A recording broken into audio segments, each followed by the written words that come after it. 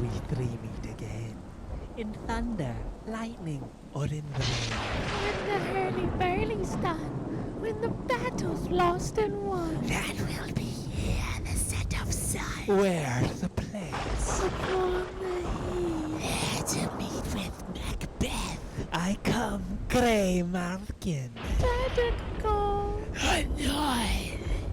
Fair is foul and foul is fair. Hover through the fog in the filthy air.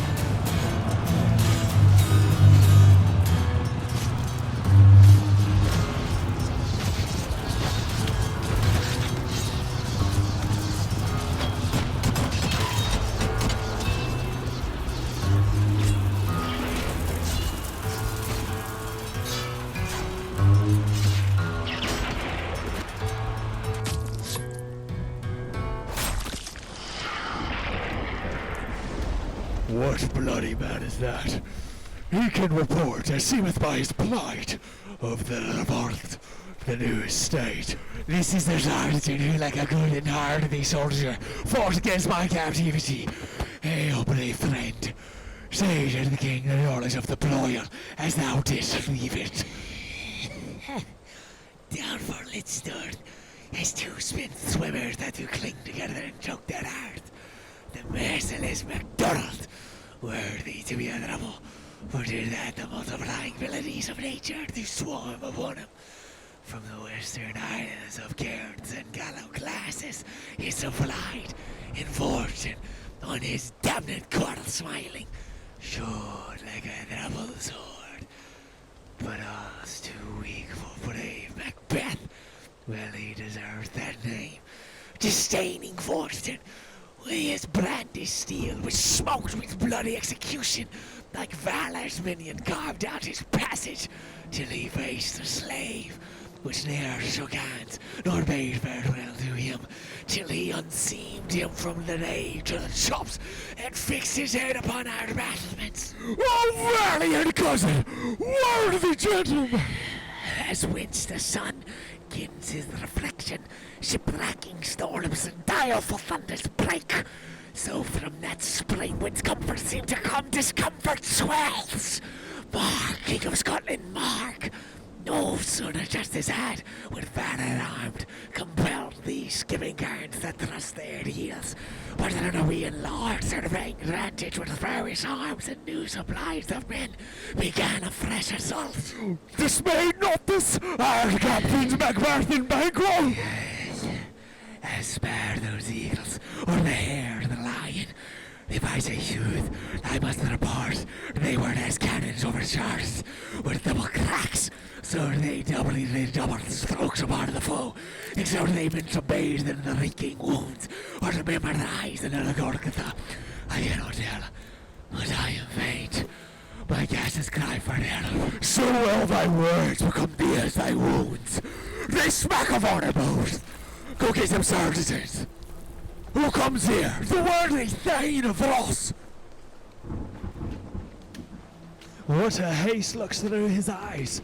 So should he look that seems to speak things strange. God save the king. Whence camest thou, worthy Thane? From Fife, great king, where the Norwegian banners flout the sky and fan our people cold. Norway himself, with terrible numbers, assisted by that most disloyal traitor, the Thane of Cawdor, began a dismal conflict, till that Bellona's bridegroom lapped in proof, confronted with self-comparisons point against point, rebellious arm against arm, curbing his lavish spirit, and to conclude, the victory fell on us. Great happiness! That Narswano, the Nordway's king, craves composition, nor would we deign him burial of his men, till he dispersed at St. Coleman's Inch $10,000 to our general use. No more shall that Thane of Cawdor deceive our bosom interests. Go pronounce his present death, and with his former title greet Macbeth. I'll see it done. What he hath lost, noble Macbeth hath won. Where hast thou been, sister? Killing swine. Sister, where thou? A sailor's wife had chestnuts in her lap, and munched and munched and munched. Give me, quoth I. Aren't thee, witch? The Rumfred Runnion cries. Her husband's to Aleppo gone, master o'er the tide. But in a sea where thither sail, and like a rat without a tail, I'll do, and I'll do. I'll give thee a win. Thou'rt kind, and I another. I have all the other, and the very ports they blow, all the quarters that they know. In the shipman's cart I'll dream him dry as hay. Sleep shall neither night or day hang upon his penthouse lid. He shall live a man for real. Weary 7 nights, 9 times 9, shall he dwindle the beak and pine. Though his bark cannot be lost, yet it shall be tempest tossed. Look what I have. Show me, show me. Here I have a pilot's thumb. That as homeward did he come.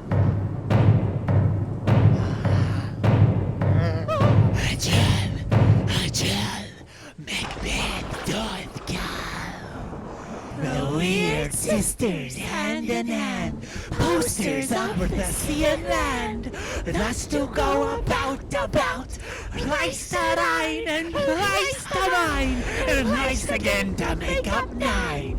Peace, the charms wound up.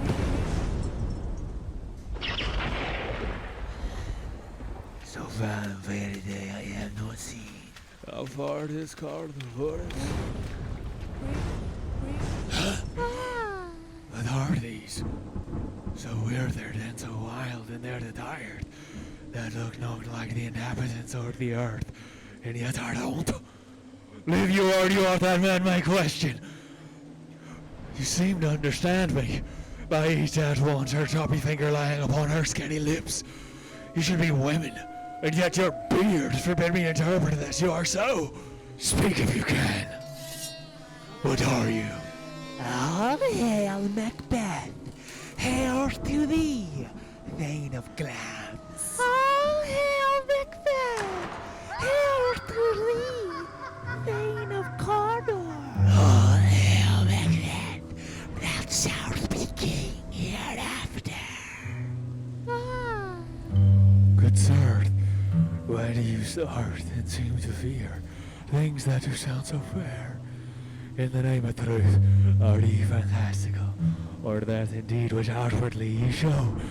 My noble partner, you greet with present grace and great prediction of noble having and of royal hope, that he seems rapt with all. To me you speak not. If you can look into the seeds of time, and say which grain will grow, and which will not, speak then to me, who neither beg nor fear your neighbors nor your hate. Lesser than Macbeth, and greater. not so happy, yet much happier. Thou shalt get kings, though thou be none. So all hail Macbeth and Banquo. Banquo and Macbeth, all hail. Ah, Say, yon perfect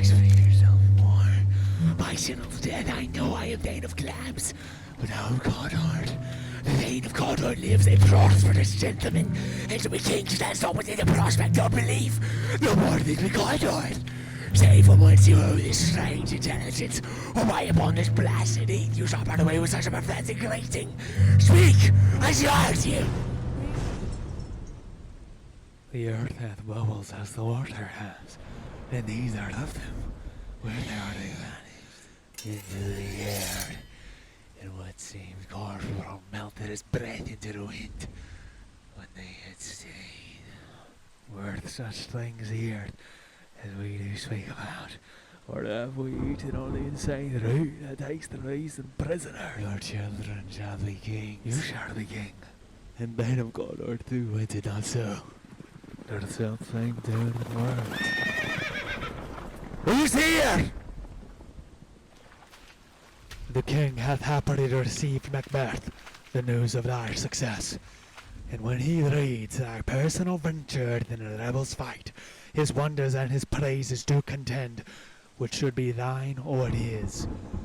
Silenced with that, in viewing o'er the rest o'er the self-same day, he finds thee in the stout Norwegian ranks, nothing afeard of what thyself didst make, strange images of death. As thick as tale came post with post, and every one did bear thy praises in his kingdom's great defence, and poured them down before him. We are sent to give thee from our royal master thanks, only to herald thee into his height, not pay thee.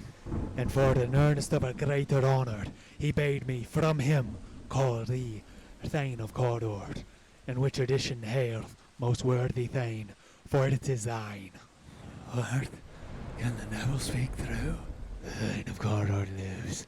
Why do you dress me in borrowed robes? Who as the Thane lives yet, but under heavy burden bears that life which he deserves to lose. Whether he was combined with those of Norway, or did line the rebel with hidden help and vantage, or that with both he laboured in his country's wrack, I know not, but treason's capital confessed and proved have overthrown him. Clams, and Thane of Cawdor, the crisis is behind. Thanks for your pains.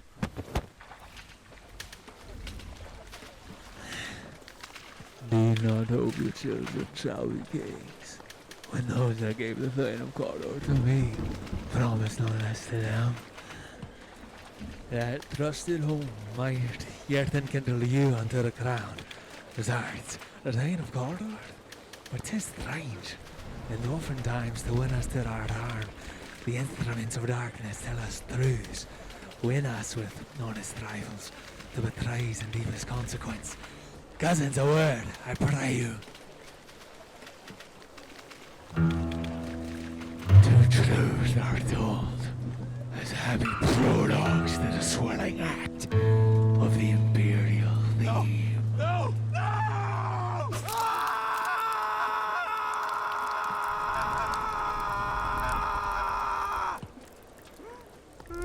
I thank you, gentlemen. This supernatural soliciting cannot be ill, cannot be good. If ill, why had it given me earnest of success, commencing in the truth? I am Thane of Cawdor. If good, why do I yield to that suggestion, whose hoarded image doth unfix my ear, and make my seated heart knock at my ribs against the use of nature? Present fears are less than audible imaginings. My thought, whose murder yet is but fantastical, shakes so my single state of man, that function is smothered in surmise, and nothing is but what is not. Look at our partners wrapped. If chance will have me king, why, chance may crown me without my stir. New honors come upon him, like our strange garments cleave not to their mold, nor the aid of use. Come what come may, time in the hour runs through the roughest day. Worthy Macbeth, we stay upon your leisure. Give me your favor. My dull brain was wrong. Where things were going. Kind gentlemen, Your pains are registered with every day I turn the leaf to read them. Come, let us toward the king. Come on, we'll have a chance. And have more time. The interim having waited. Let us speak our free hearts to each other. Very gladly. Till then enough. Come, friends.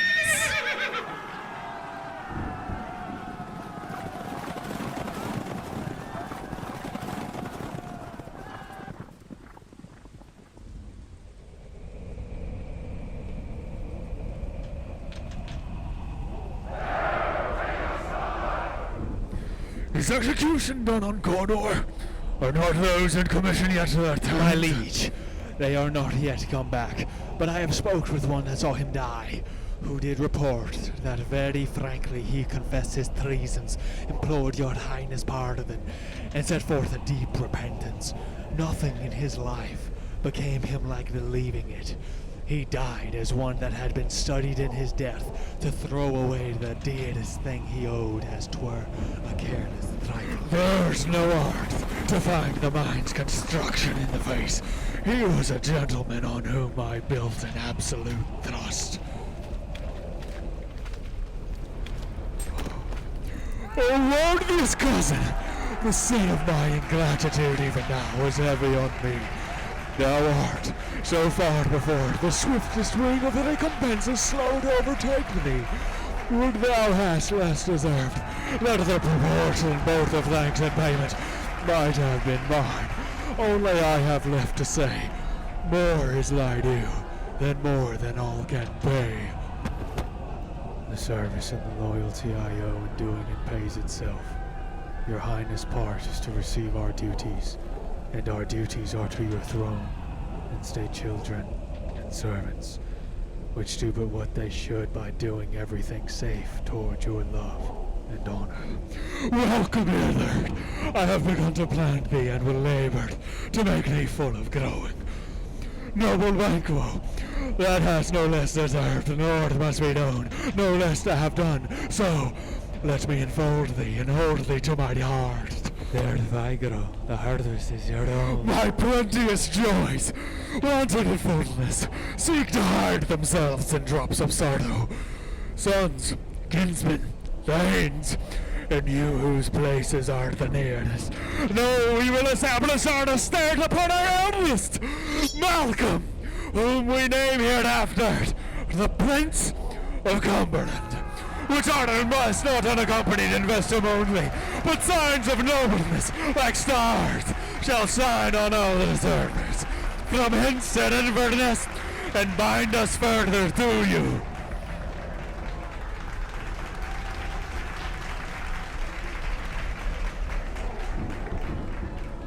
The rest is labor, which is not used for you. I'll be myself the harbinger and make joyful the hearing of my wife with your approach. So humbly, take my leave. My worthy Cawdor!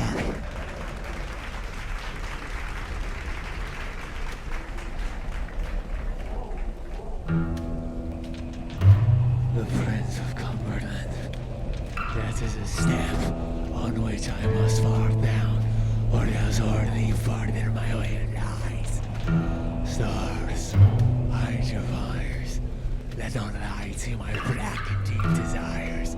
The eye, wicked land, yet let that be which the eye fears, when it is done to see. True worthy Banquo, he is full, so valiant, and in his commendations I am fed. It is a banquet to me. Let's after him, whose care is gone before to bid us welcome. It is a peerless kinsman.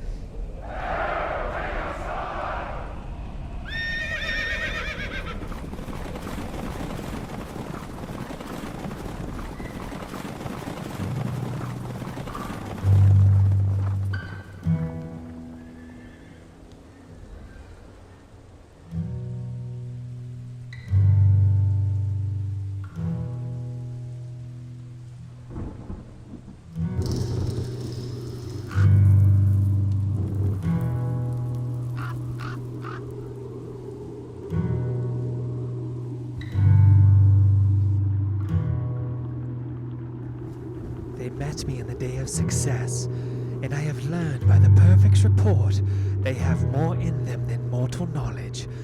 When I burned and desired to question them further, they made themselves air, into which they vanished.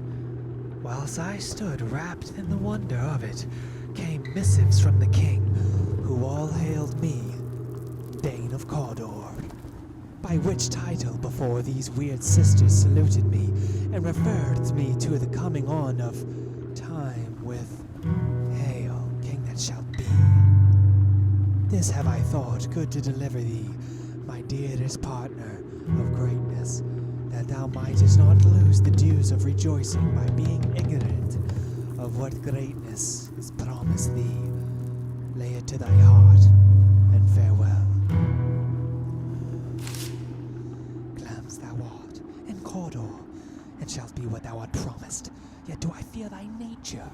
It is too full, the milk of human kindness, to catch the nearest way. Thou wouldst be great, art not without ambition, but without the illness should attend it. What thou wouldst highly, that wouldst thou holily, wouldst not play false, and yet wouldst wrongly win. Thou shouldst have, great Clams, that which cries, thus thou must do, if thou have it, and that which rather thou dost fear to do, than wishes should be undone. I hither, that I may pour my spirits in thine ear, and chastise with the valor of my tongue all that impedes thee from the golden round which fate and metaphysical aid doth seem to have thee crowned withal. What is your tidings? The king comes here tonight. Thou art mad to say it. Is not thy master with him? Who, were it so, would have informed for preparation? So please you, it is true. Our Thane is coming. One of my fellows had the speed of him, who, almost dead for breath, had scarcely more than would make up his message. Give him tending. He brings great news. The raven himself is horse that croaks the fatal entrance of Duncan under my battlements. Come, you spirits that tend on mortal thorns, unsex me here and fill me from the crown to the top toe full of direst cruelty. Make thick my blood. Stop up the access and passage to remorse, that no compunctious visitings of nature shake my felt purpose, nor keep peace between the effect and it. Come to my woman's breast and take my milk for gall, you murdering ministers, wherever in your sightless substances you wait on nature's mischief. Come, thick night, and pour thee in the dunnest smoke of hell, that my keen knife see not the wound it makes, nor heaven peep through the blanket of the dark to cry, Hold! Hold!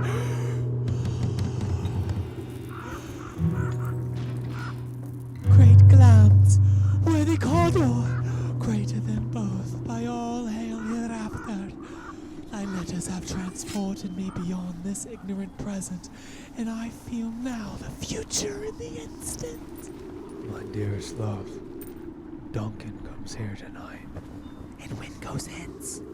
Tomorrow, as he purposes. Oh, never shall sun that morrow see.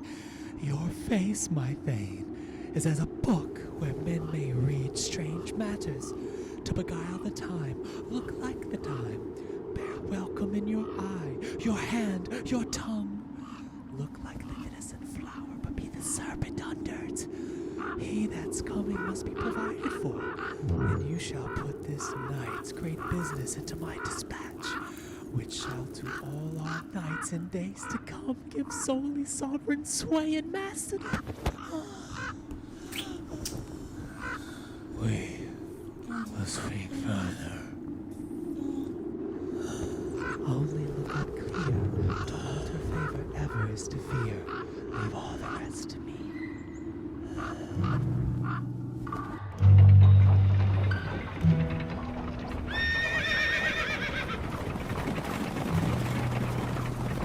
This castle hath a pleasant seat.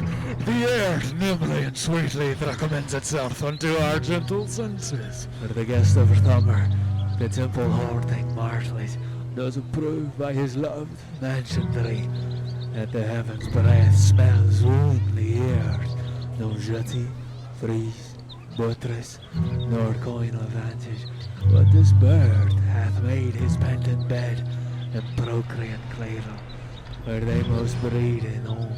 I have observed the air is delicate. See, our honored hostess. Love that fathers us sometimes our trouble, which still we thank as love. Here then, I teach you how you shall bid God yield us for your pains, and thank us for your trouble. All our service, in every point twice done, and then done double.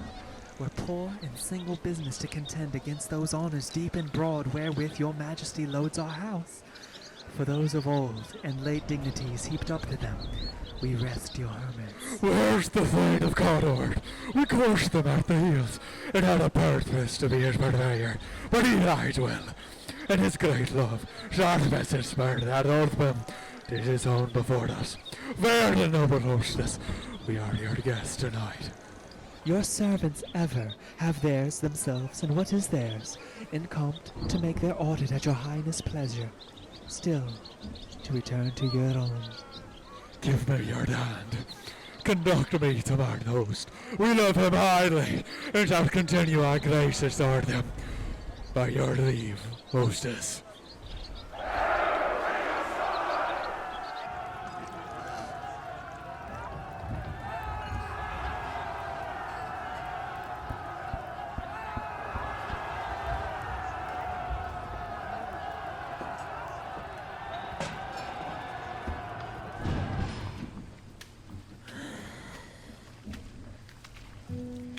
If it were done, when 'tis done, then while it were done quickly, if the assassination could travel of the consequence and catch with his Cersei's success, that but this blow might be the be-all and the end-all. Yeah, but here upon this bank and shoal of time will jump the life to come. But in these cases, we still have judgment. Here, and we but teach bloody instructions, which, being taught, return to plague the inventor. This even-handed justice commits the ingredients of our poison chalice on our own lips. He's here in double trust. First, as I am his kinsman, and his subject. Strong both against his age, then as his host, who should against his murderer shut the door, not bear the knife myself. Besides, this Duncan hath borne his faculties so meek, hath been so clear in his great office, that his virtues will plead like angels trumpet-tongued against the deep damnation of his taking off, and pity like a naked newborn babe striding the blast. Oh, heaven's cherubim hoist upon the sightless courtiers of the air shall blow the horned teeth in every eye, and tears shall drown the wind. I have no spirit to prick the sides of my intent, but only vaulting ambition which joy leaves itself and falls on the other. Oh now, what news? It's almost stopped. Why have you left the chamber? And he has for me. No, you not, he has. We will proceed no further in this business. He hath honored me of late, and I have bought golden opinions from all sorts of people, which will be worn now in their newest claws. Thou cast aside so soon. Was the hope drunk wherein you dressed yourself? Hath it slept since? And wakes it now to look so green and pale at what it did so freely? From this time, such I account thy love. Art thou afeard to be the same in thine own act and valor as thou art in desire? Wouldst thou have that which thou esteem'st, the ornament of life, and live a coward in thine own esteem, letting I dare not wait upon I would, like the poor cat in the adage? Pray peace. I dare do all that may become a man. Who dares do more is none. What piece was good that made you take this enterprise to me? When you durst do it, then you were a man. And to be more than what you were, you would be so much more the man. Nor time, nor place did they not hear, and yet you would make both. They have made themselves, and that their fitness now doesn't make you. I have given suck, and know how tender 'tis to love the babe that milks me. I would, while it was smiling in my face, have plucked my nipple from his boneless gums and dashed the brains out, had I so sworn as you have done to this. If we should fail, We fail? But screw your courage to the sticking place, and will not fail. When Duncan is asleep, whereto the rather shall his day's hard journey soundly invite him, his two chamberlains will lie with wine and wassail, so convinced that memory, the water of the brain, shall be a fume, and the receipt of reason a limbeck only. When in swinish sleep their drenched natures lies as in a death, what cannot you and I perform upon the unguarded Duncan? What not put upon his spongy officers, who shall bear the guilt of our great crime? Bring forth men children only, for thy undaunted metal should compose nothing but males. Will they not be received when we have marked with the blood those sleepy two of his own chamber, and used their very daggers that they have done it? Dares receive it, other, as we shall make our griefs and clamor roar upon his neck. I am settled, and men love each corporal legion to the startable feet. Away, and walk the time with fair show. False face must hide, or the false heart